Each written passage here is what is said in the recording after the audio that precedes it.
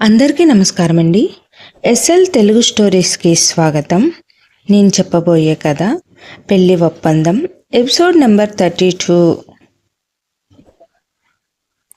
మరిన్ని కథల కోసం నా ఛానల్ని సబ్స్క్రైబ్ చేయండి.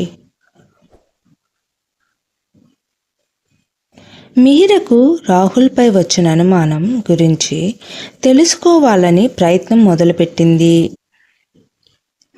ఏడుస్తూ కూర్చుని ఉంటే లాభం లేదు, ఏదైతే అది అవుతుంది. ఎలాగైనా నేను విక్కీని కాపాడాలి అని అనుకునేదే తడువుగా లేచింది. రాహుల్ ఇంట్లో లేడు. ఉదయం హడావుడిగా అధికమైన కోపంతో వెళ్ళాడు, కానీ ఇంటికి ఇంకా రాలేదు. ఎలాగైనా రాహుల్ రూములోకి వెళ్ళి విక్కీని కలవాలి అని అనుకుంది మిహిరా. కానీ ఎలా? అడుగు అడుగున తనను గమనించే రాహుల్ మూడవ కన్ను లాంటి కెమెరాలు ఉన్నాయి. వాటిని తప్పించుకుని వెళ్ళాలి అంటే కుదిరే పని కాదు. మరేం చేయాలి అని ఆలోచిస్తూ అసలు ముందు ఎక్కడైనా ఎవరైనా ఉన్నారో లేదో చూడాలి అనుకుని అడుగులు ముందుకు వేస్తుంది. ఇంతలో అక్కడికి ఫణి వచ్చి, మేడం మీరేంటి ఇటు వెళ్తున్నారు అన్నాడు. ఏం చెప్పాలో తెలియని సతమతంలో కంగారుతో, అది నీకోసమే వెళుతూ ఇటు వచ్చాను అన్నా అంది మిహిరా. ఏంటి మేడం నాతో పని? అది నాకు బాగా ఆకలి వేస్తుంది అందుకని అని మిహిరా తడబాటుగా చెబుతుండగా, అన్నీ డైనింగ్ టేబుల్ మీదే ఉన్నాయి కదా, దానికి నేనెందుకు పెట్టుకుని తినవచ్చు కదా అని అంటూ, సరే పదండి నేనే వడ్డిస్తాను అని ఫణి ఇద్దరూ కలిసి డైనింగ్ టేబుల్ వైపు నడుచుకుంటూ వెళ్తున్నారు. ఫణి ఎందుకో కానీ టెన్షన్గా ఉన్నాడు. మిహిరకు వడ్డిస్తూ పదే పదే ఫోన్ వైపు చూస్తూనే ఉన్నాడు. ఏంటన్నా ఎవరైనా ఫోన్ చేస్తానని చెప్పారా ఏంటి అంది మిహిరా భోజనం చేస్తూ. అబ్బే అదేమీ లేదు అని కొంత తడబాటుతో అన్నాడు. అది గమనించిన మిహిరా ఫణికి కూడా విక్కీ గురించి తెలిసే ఉంటుందని అనుకుంది. ఇంతకీ సార్ రాలేదా అని అడిగింది మిహిరా. లేదు, ఆఫీసులో పని ఎక్కువగా ఉంది అని. ఇంతకీ సార్ ఎందుకు? మీకు ఏమైనా ఆయనతో పని ఉందా అన్నాడు ఫణి. అదేమీ లేదు, ఊరికే అడిగాను అని నోట్లో అన్నం పెట్టుకుంటూ ఫణి వైపు చూస్తూ, ఇంతకీ విక్కీకి భోజనం పెట్టారా లేదా? నాకు తెలిసి మీరు మర్చిపోయి ఉంటారు, నేను తీసుకుని వెళ్ళి తినిపిస్తాను అంటూ తను తినే భోజనం వదిలి చేయి కడుక్కొని వేరే ప్లేట్లో అన్నం పెట్టుకుని తీసుకుని వెళ్తుంటే, మేడం మీకు ఎందుకు శ్రమ, నేను తినిపిస్తాను ఇవ్వండి అంటూ మీరే చేతిలోని ప్లేట్ తీసుకోబోతుంటే ఫణి, నా పని విక్కీని చూసుకోవడం, మరి నా పనిని నన్ను చెయ్యనివ్వండి అన్నా అని ప్లేట్ తీసుకుని వెళ్తుంది మిహిరా. మిహిరా వైపు చూస్తూ ఫణి ఒకటే భయపడుతూ ఉన్నాడు. సార్ రూమ్లోనికి వెళ్తే ఆయన వచ్చి ఏమంటారో, ఇల్లు రణరంగం అవుతుందేమో, ఈ మేడం ఏమో ఈరోజు నా మాటను వినకుండా వెళ్తుంది అని అనుకుంటూ టెన్షన్తో చూస్తూ ఉన్నాడు ఫణి. ఇంతలో గంభీరంగా, ఆగు మిహిరా అని వినబడింది. ఫణి మిహిరా వెనకకు తిరిగి చూశారు. వాళ్ళెదురుగా రాహుల్ ఉన్నాడు.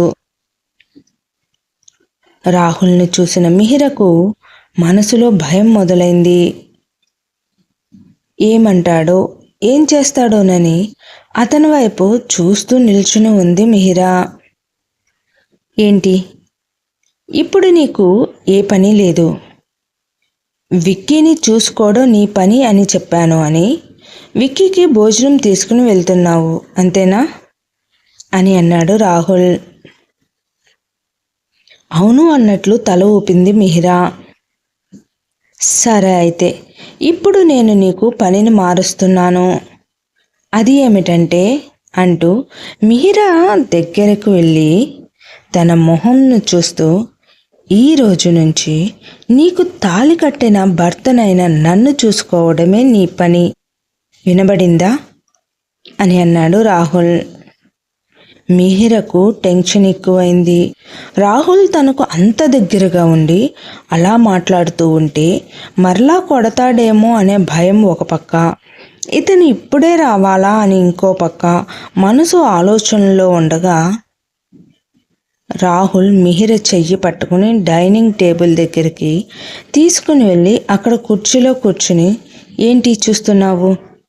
ఈ రోజు నుంచి నా పని నీదే అని చెప్పాను కదా.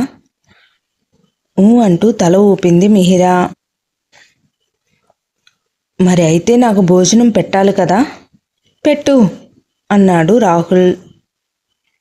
మిహిర మెల్లగా ప్లేట్ తీస్తుంటే, ఇంకో ప్లేట్ అవసరం లేదు, నీ దగ్గర ప్లేట్లో ఉన్న భోజనం పెట్టు అని మిహిర వైపు చూశాడు రాహుల్.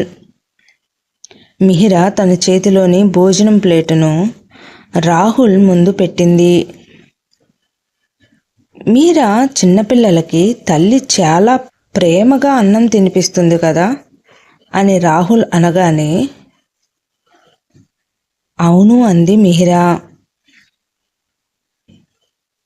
మరి తండ్రి తినిపించడా అని అన్నాడు రాహుల్. తినిపిస్తారు అని భయంగా అంది మిహిర. అయితే ఒక పంచే, వాడికి తల్లిగా నాకు నువ్వు తినిపించు, తండ్రిగా నేను వెళ్ళి విక్కీకి తినిపిస్తాను అని అన్నాడు రాహుల్. మిహిరకు అర్థం కాక, ఏంటి రాహుల్ ఇలా అంటున్నాడు అని మనసులో తెగ ఆలోచిస్తుంటే, నేను చెప్పేది వినబడలేదా అని రాహుల్ గద్దింపుగా అనగానే గబగబా అన్నం కలిపి ముద్ద చేసి ఒక రకమైన బెరుకు మొహమాటంతో రాహుల్ నోట్లో అన్నం ముద్ద పెట్టలేక తన చేతిలోని ముద్దను దూరంగా ఉంచింది.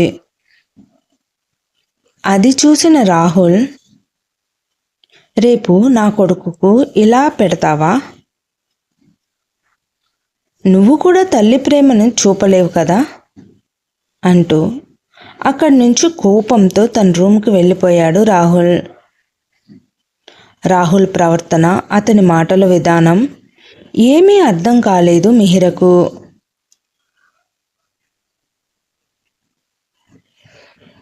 జానకి, మన ఇంటికి మంచి బేరం వచ్చింది. మన ఇల్లు అమ్మే డబ్బు మొత్తం మన అప్పు కట్టిన రాహుల్కు ఇవ్వడానికి సరిపోతాయి. అంతేకాదు, మనం ఇంటిని వాళ్ళకు అమ్మినా మనం ఈ ఇంట్లోనే ఉండవచ్చు అని వాళ్ళు చెప్పారు అని అన్నాడు ఈశ్వర్రావు. సరే అయితే ఆ పనులు అన్నీ తొందరగా చూడండి, అతని డబ్బులు అతని మొహం మీద పడేద్దాము అని అంది జానకి. ఇక ఆ ఇంటి అమ్మకం పనులు చకచక జరుగుతున్నాయి.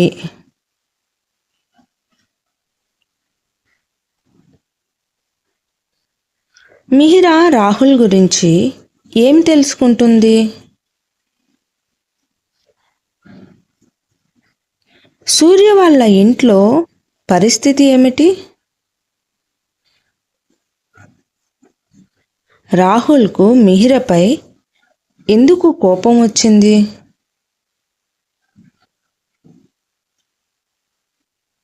ఇక ఇదంతా మనం తర్వాయి భాగంలో చూద్దాము.